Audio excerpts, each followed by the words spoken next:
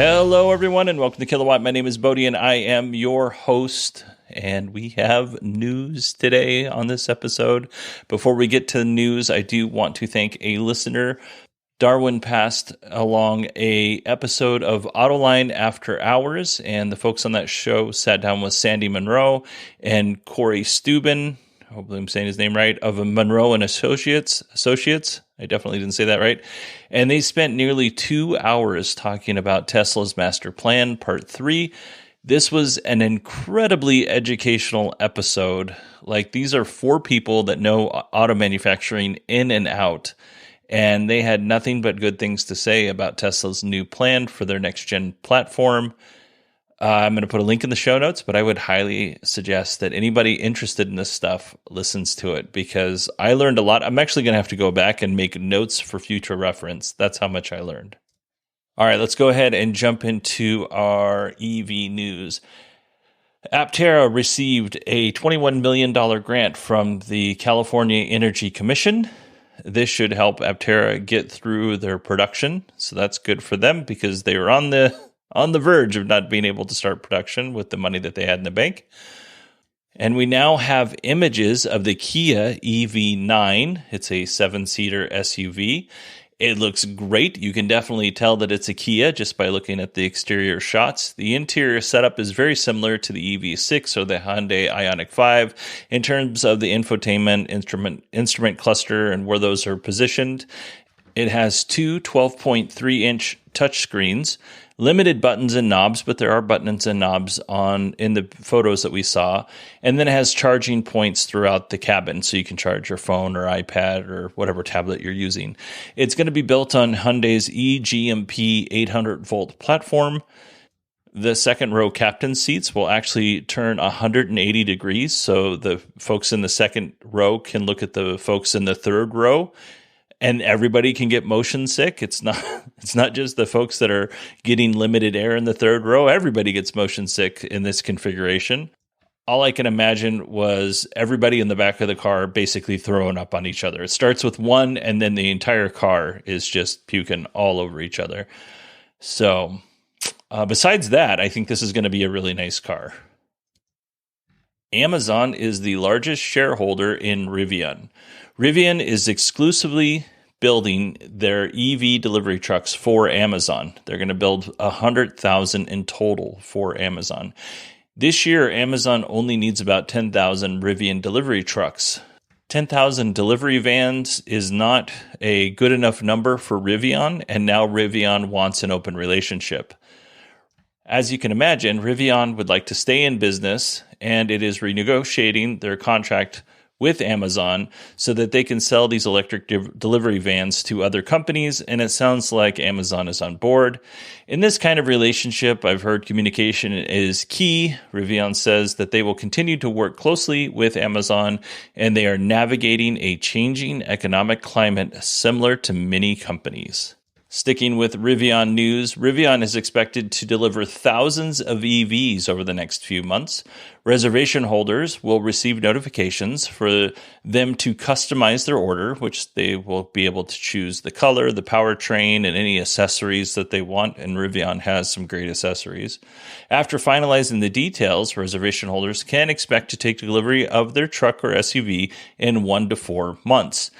However, there's a caveat. If you order a dual motor or max battery pack, or if you order some vegan leather options, you'll have to wait longer than 4 months to receive your vehicle.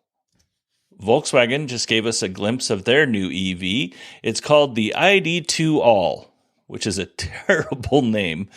The ID2 All is just a concept, and hopefully the name is just a concept as well, but it'll hit the market in 2025. It's sized between a Volkswagen Polo and a Volkswagen Golf, so it's going to be a smaller car, although because it doesn't have a motor or a transmission or anything like that, will have a spacious interior. It's built on the MEB platform. I looked, it didn't specifically say that it was built on the MEB Plus platform, which is their next platform, so it looks like this is older technology. It'll be front-wheel drive. The range is really impressive, 450 kilometers or 280 miles, 150 kilowatts of fast charging. So this is pretty good. And the price is 25,000 euros or $26,400.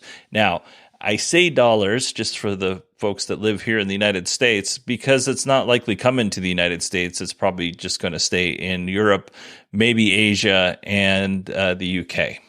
So sorry, North America. You don't get everything, North America.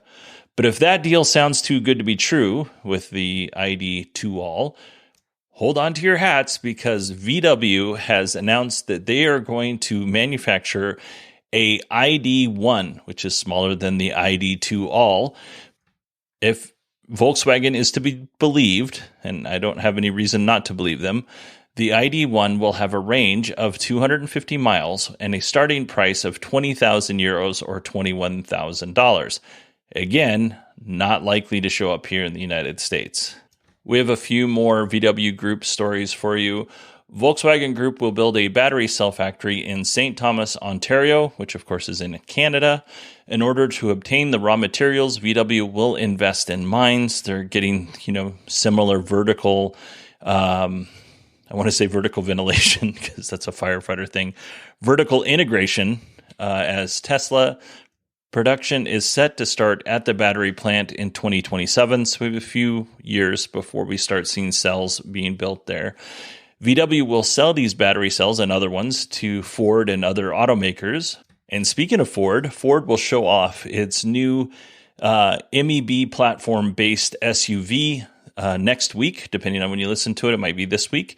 So if you don't know, Ford and Volkswagen had a partnership, or they have a partnership. They didn't dissolve it.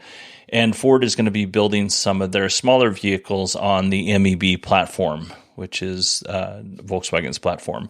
So on March 21st or March 23rd, I can't quite remember which day, one of those days we'll be hearing from Ford and their new announcement on their SUV. Ford plans on building 1.2 million vehicles based on the MEB platform. So that's not an insignificant number. It's a lot. I wonder how long that partnership will last, but still, the 1.2 million is a commitment for sure. All right, and that concludes our EV news. Before we get to our Tesla news, I just want to do a really quick plug here. If you like what we're doing with this show, consider going to patreon.com/kilowatt or go to Acast Plus, which there'll be links in the show notes so you can support the show. I only ask for $1 a month, which is pretty reasonable, and you get no ads for $1 a month.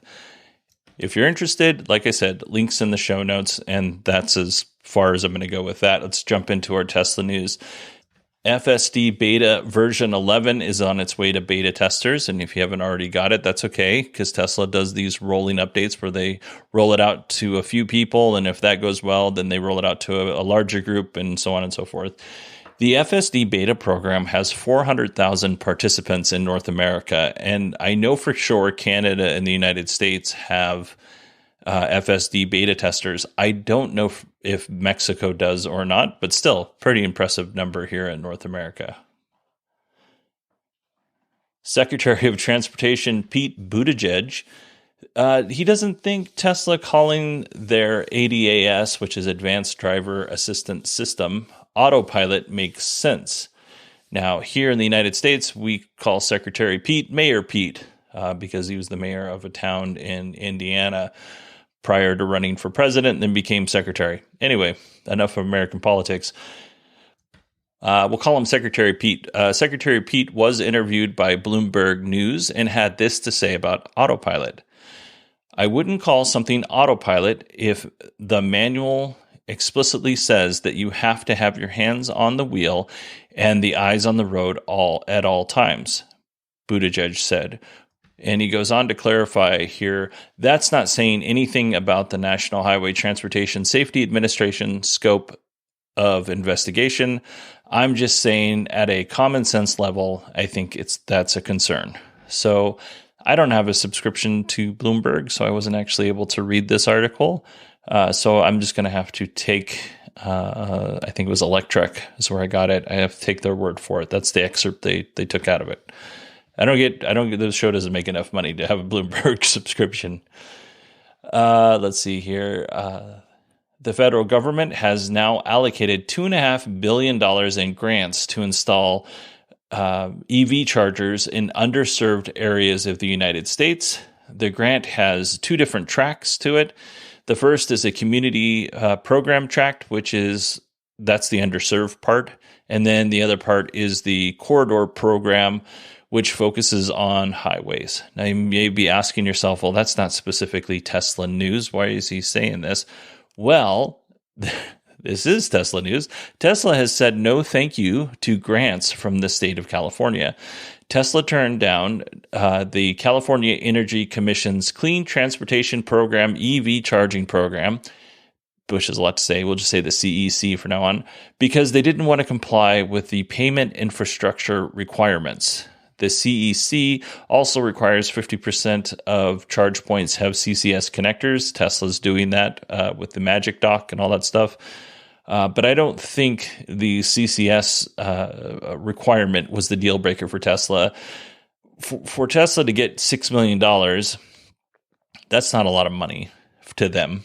And then implementing the required payment system that the state of California wants them to implement could cost them a significant amount of money. And Tesla already has a system in place, which is through their app. So you can do that. If you own a Tesla, you can pay through your car or through the app. And if you are a non-Tesla owner, you can charge your car and just pay through the app.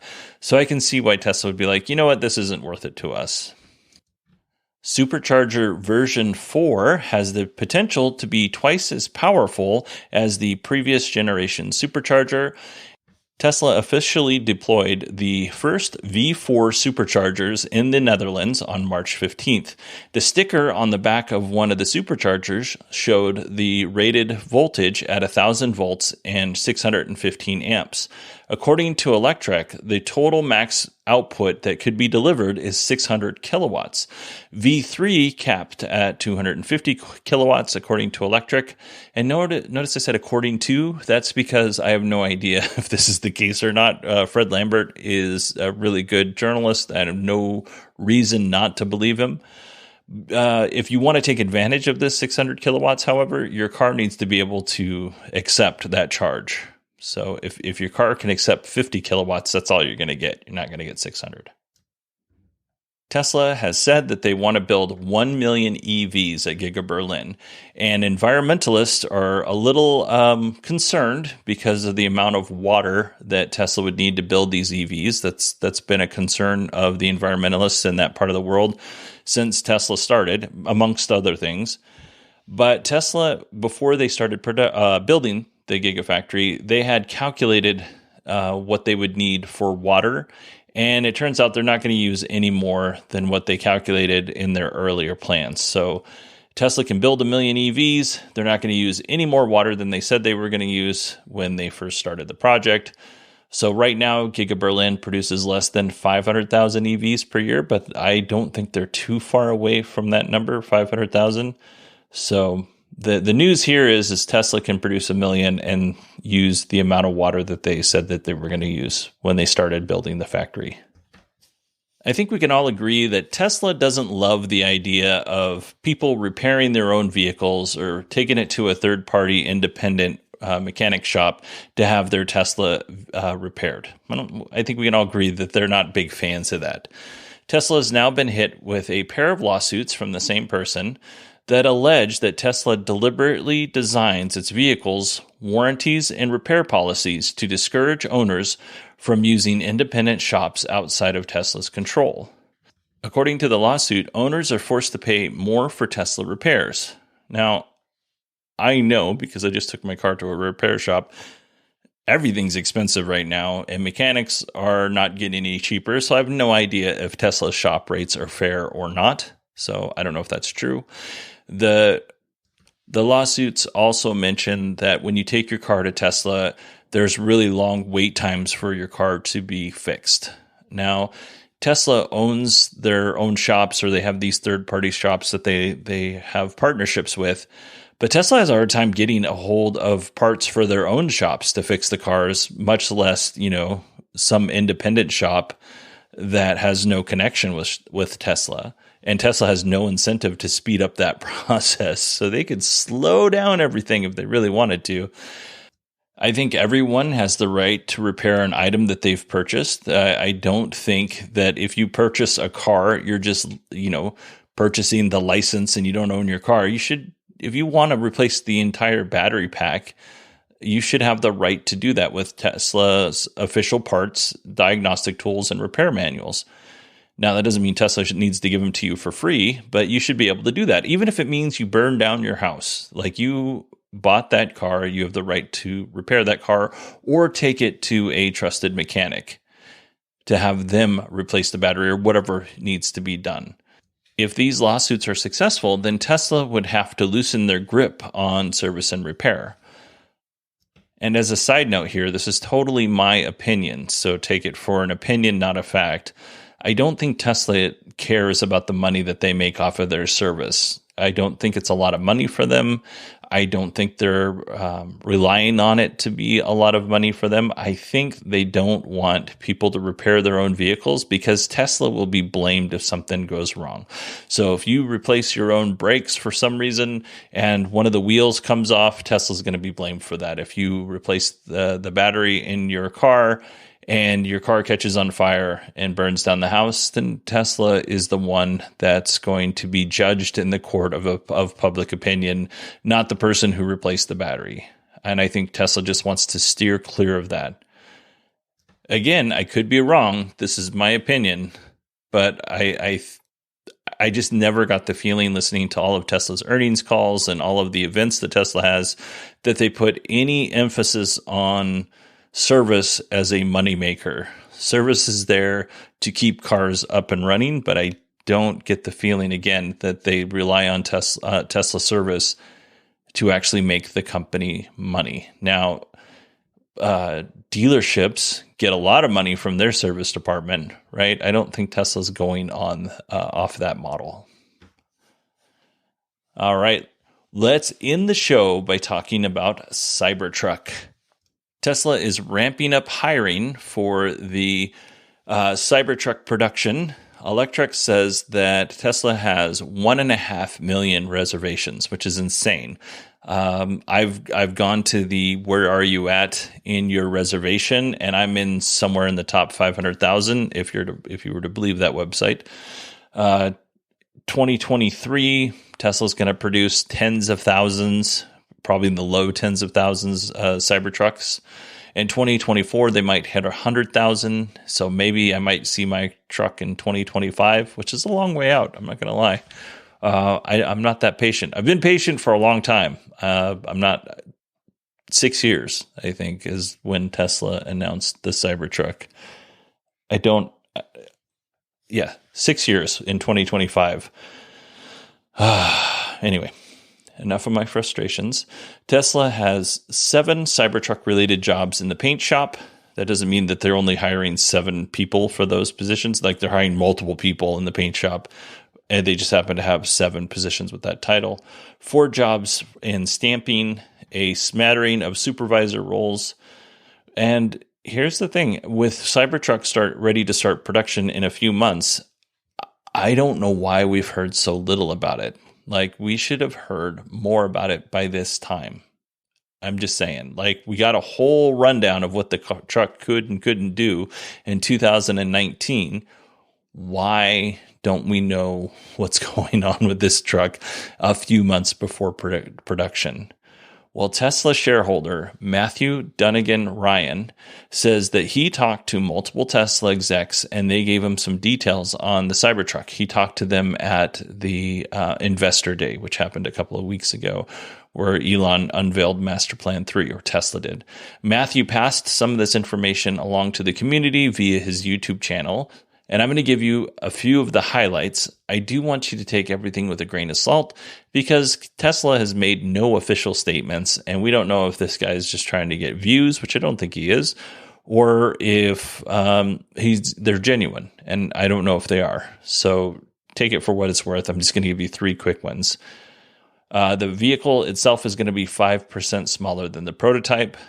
They say approximately the size of an F-150 Raptor, which means the truck is going to be 1.5 inches shorter, 2.5 inches narrower, but that doesn't decrease the bed size because the bed size will actually be 6 inches longer.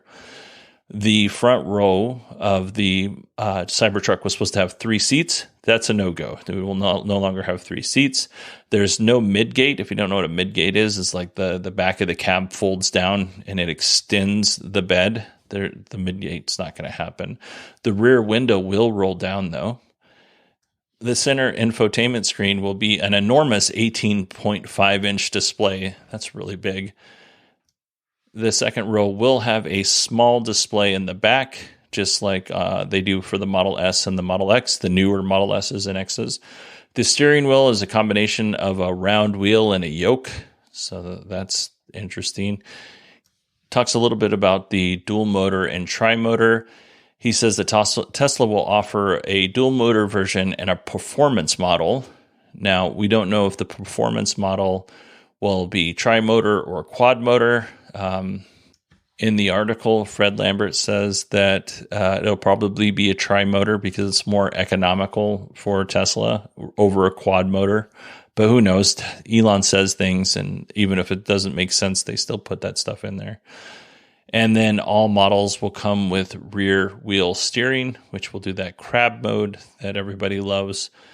There's also a Cybertruck accessories team, and they are tasked with developing in-house accessories for the Cybertruck. So that sounds like the coolest job. And that is it. That last story, listen, I can't emphasize this enough. That's a fun story. We don't know if it's true. So when you're talking to your friends and you're talking about Cybertruck, keep that in mind. If you repeat anything back, you just let them know, like, hey, this is what one person heard from Tesla execs. I have no idea if this is true or not, because we don't need a lot of misinformation out there. There's already a ton. Okay. All right, everybody. That is it for me this episode. I hope you all have a wonderful week. If you want to email me, you can email me at Bodie, BODIE at 918digital.com. You can find me on Twitter at 918digital. And this Tuesday, we'll be listening to Stellantis's earnings call. Only the electric vehicle parts. Now, I might be surprised because I haven't listened to it yet as of this recording. But my guess is that they don't talk a whole lot about their electric vehicles. So it might be a short one. I could be wrong. I don't have high hopes. All right, everybody. Have a wonderful day, and I will talk to you on Tuesday.